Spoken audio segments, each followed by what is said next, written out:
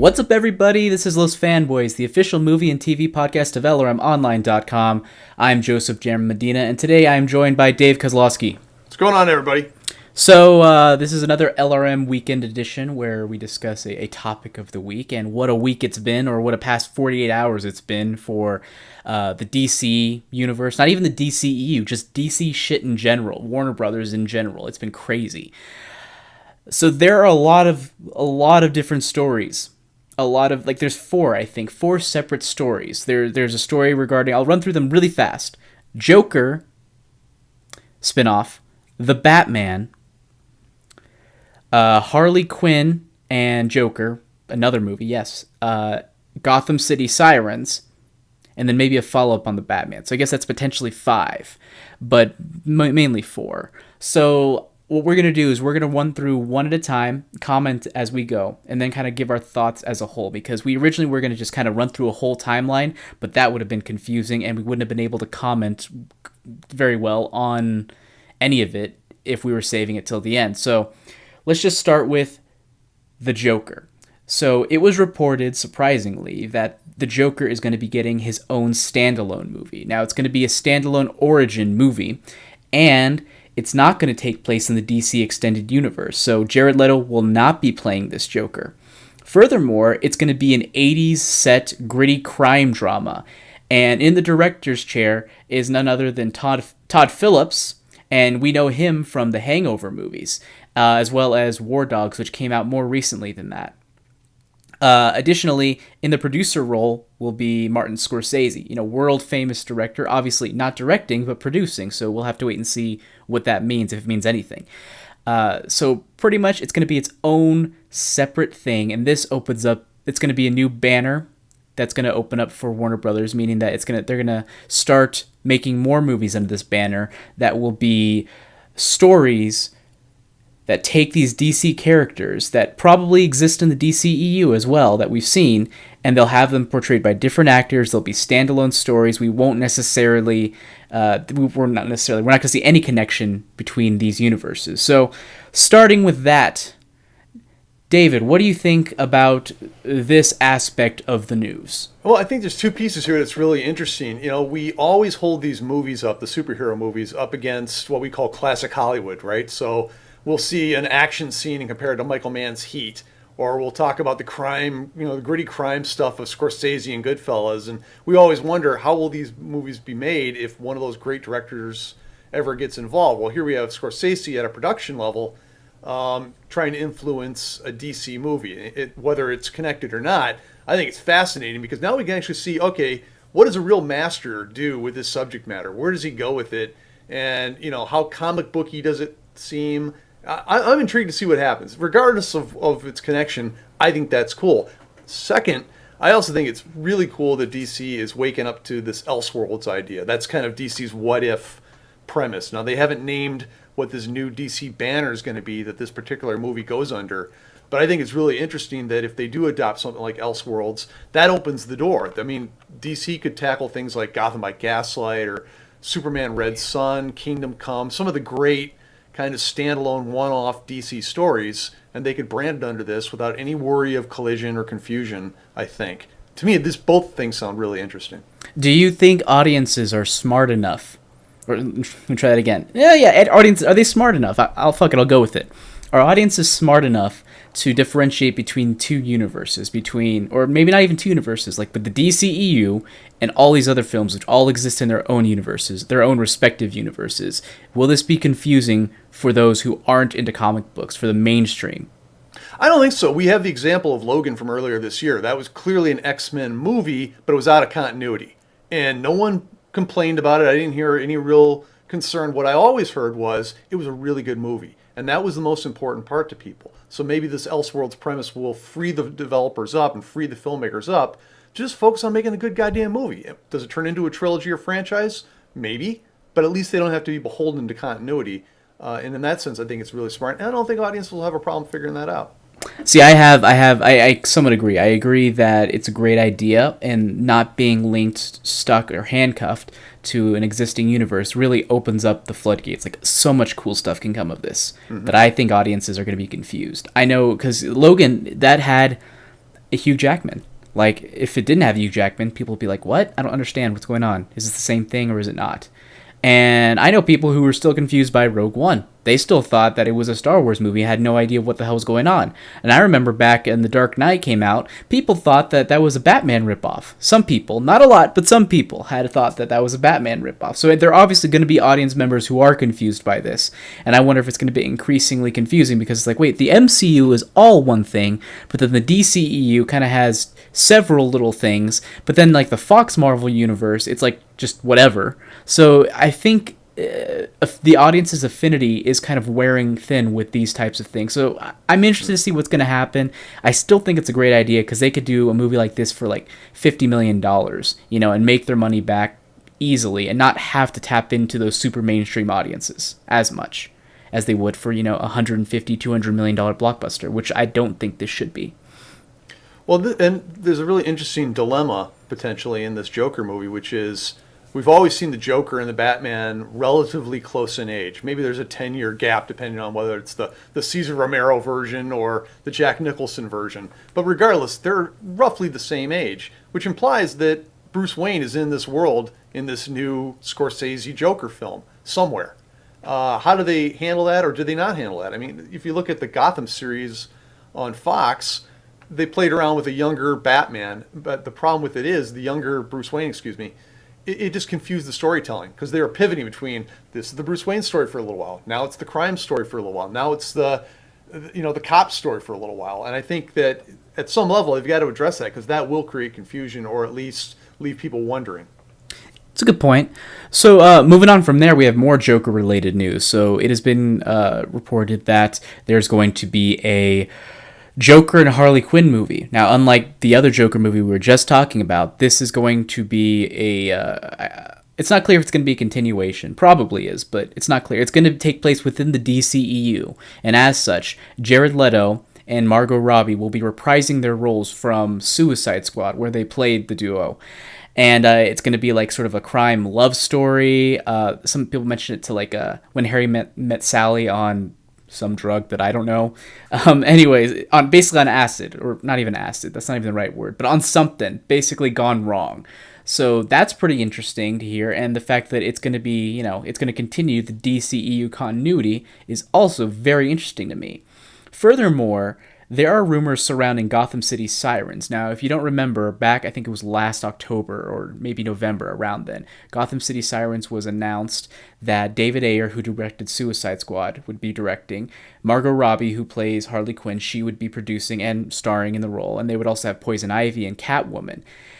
That movie was absent from San Diego Comic-Con, sadly. And people were speculating, maybe he's kind of like, got booted from Warner Brothers or something. And it didn't help that David Ayer was talking about his movie Bright and Netflix. And then while saying that, he was talking about the restrictions of the normal studio system. And people are like, is he talking about his work on Suicide Squad, which, infamously was tampered with in post-production? So we're not really sure if that means that Gotham City Sirens is no longer happening. But what do you think about all this, David, starting from this Joker and Harley Quinn movie and how it may or may not be replacing Gotham City Sirens?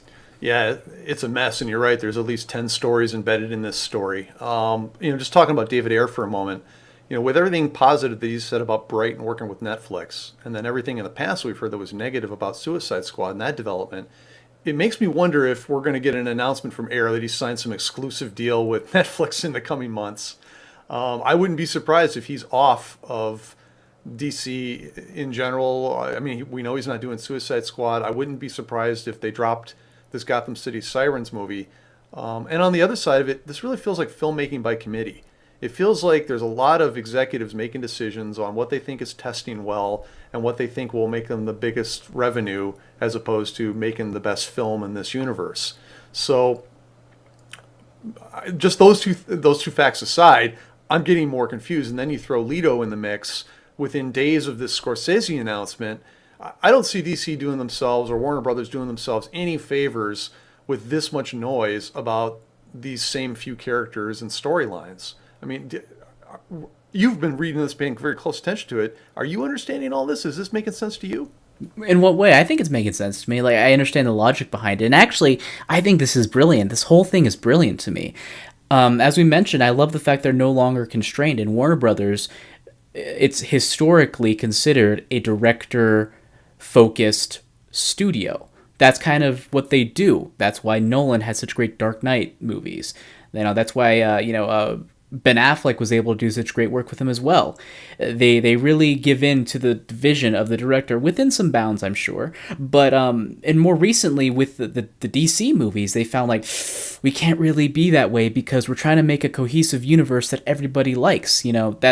That's the difficulty with doing that. And if you saddle in with the wrong director, maybe Zack Snyder, you end up potentially hurting movies down the line. So they found out we can't really be that studio with the DCEU. But with this way, maybe they could have the best of both worlds. They could actually be both that director-focused studio with these standalones, as well as continue to be the more, helicopter parent with the DCEU and kind of experiment with that. So it's confusing right now because they're announcing 18 different things at once, or I guess they're not announcing, but it's getting revealed via outlets. But I think when all's said and done, it's kind of a brilliant move. It could be. And, let's talk about Leto for a second, because this is where things get really weird. I don't think many people were enamored with his work in Suicide Squad. I don't think people got what he was trying to do. I appreciate what he was trying to do, but to me, his Joker came off more sleazy than it did scary, right? Or terrifying or threatening. But then if you think about it, every single iteration of the Joker, whether it's Mark Hamill in the animated series or Cesar Romero or Heath Ledger, they've all had a radically different take on the Joker. To the extent that I'm starting to wonder if maybe at heart the Joker is just this multiple personality disorder maniac. Which begs the question, is Leto going to play the Joker the same way as he in these upcoming films as he did in Suicide Squad? And I suspect he's not.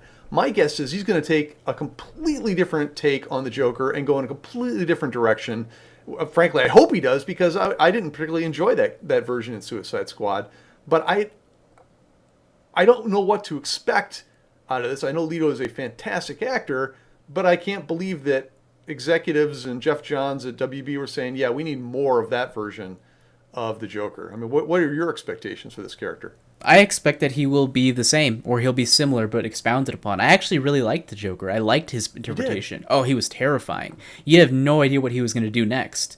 He was very mood swingy. It was scary. Personally, he was like a cobra.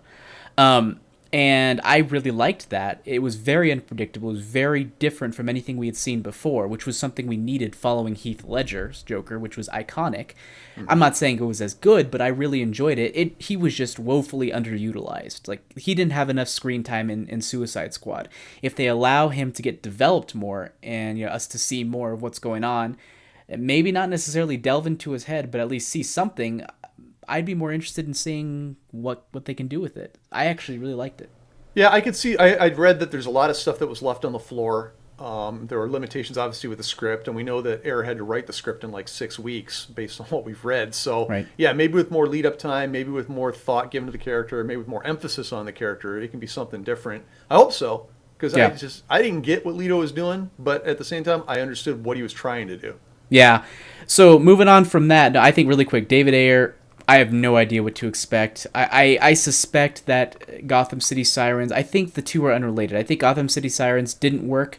It's probably going to be replaced. I don't think he's falling out with the studio. I think these are two separate things, because he took a bullet for Suicide Squad. He did. He played ball. Yeah. He played ball hard. I can't think of any reason Warner Brothers would be like, fuck that guy. I think is maybe just hey, we tried. This project didn't work. I'm going to move on, do my own thing. We're all good. So I don't think he fell out with them by any means. But I think made a boatload of money, so they can't be upset with him. Certainly. Yeah.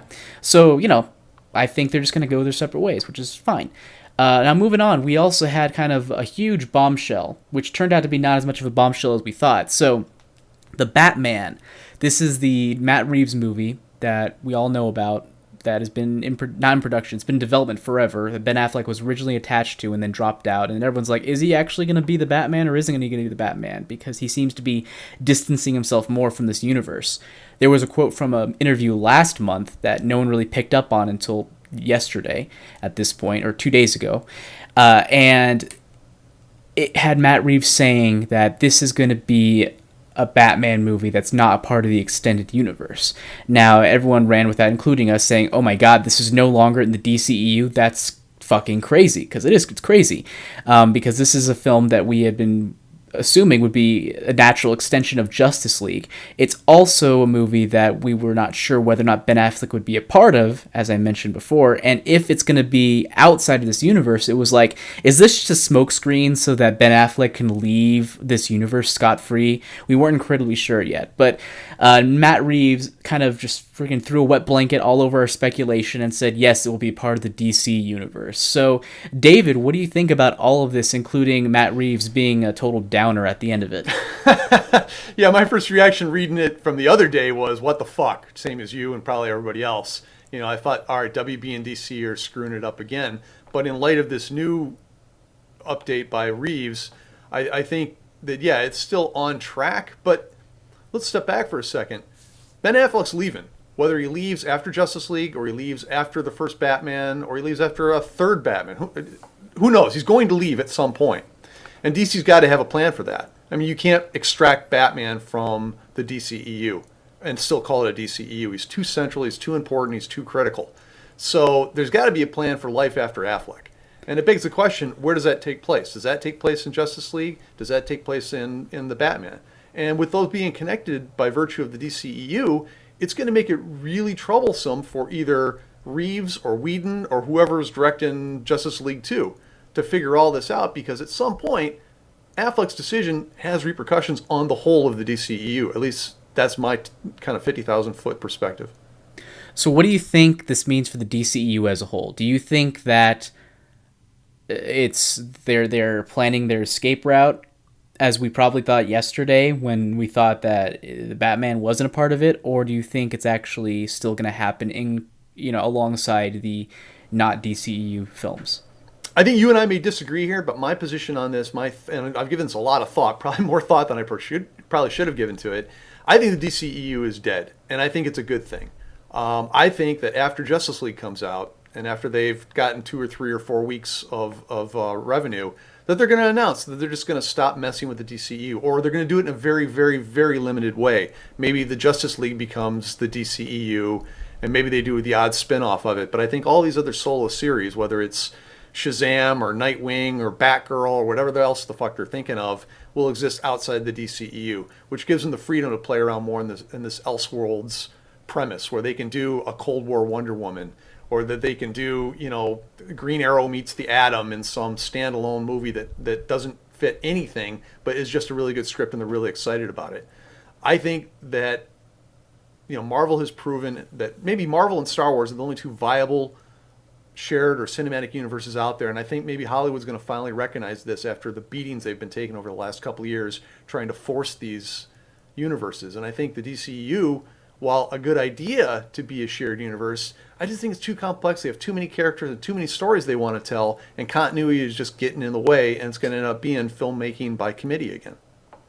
Yeah, I disagree. As you mentioned before, I think we are going to continue forward with the DCEU, potentially in a limited capacity. So if this basically gives them an excuse to pull things back. Like, they'll basically, like you said, get rid of Shazam and all those things. Those would be all the separate movies. But then movies like Aquaman, which is already in production, Wonder Woman 2, which is already in development, and they're not going to shit-can Wonder Woman 2 after Wonder Woman did so well for them.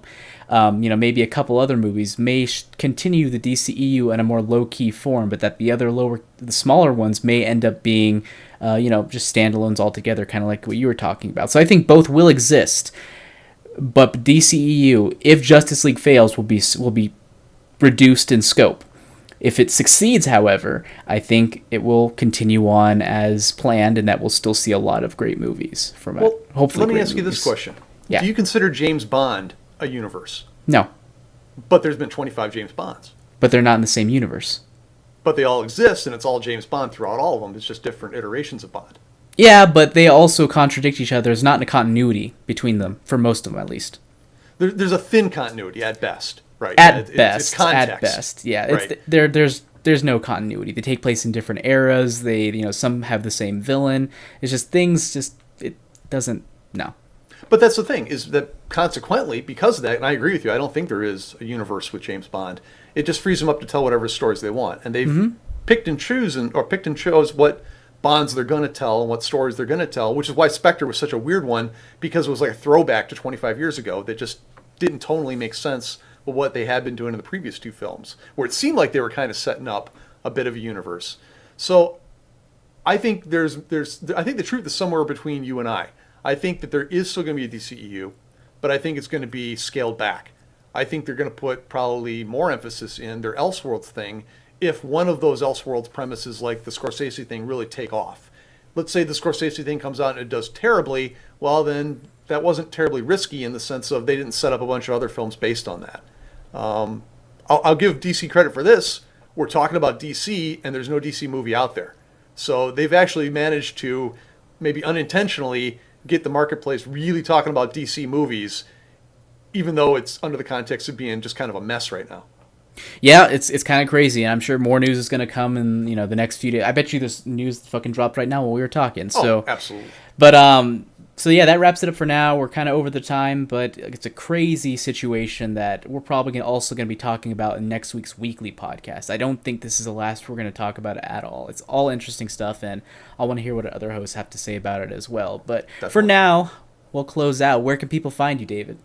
I am writing exclusively for LRM. You can find me on Twitter at LRM_David, and I write a weekly column for LRM called the LRM Weekend, our editorial, where this particular video will show up on Friday, and you can reach me there at LRM_Weekend.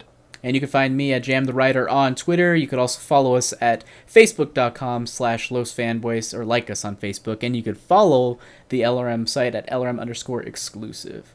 Thanks so much for listening, and we'll see you guys next... Actually, no, fuck that. Before I close out, what do you guys think of the situation? Let us know in the comments down below, in the SoundCloud comments, or however you're watching or listening to this. Just let us know. We'd like to hear your thoughts. And now we are closing out. We'll see you next time. See you next week, everybody.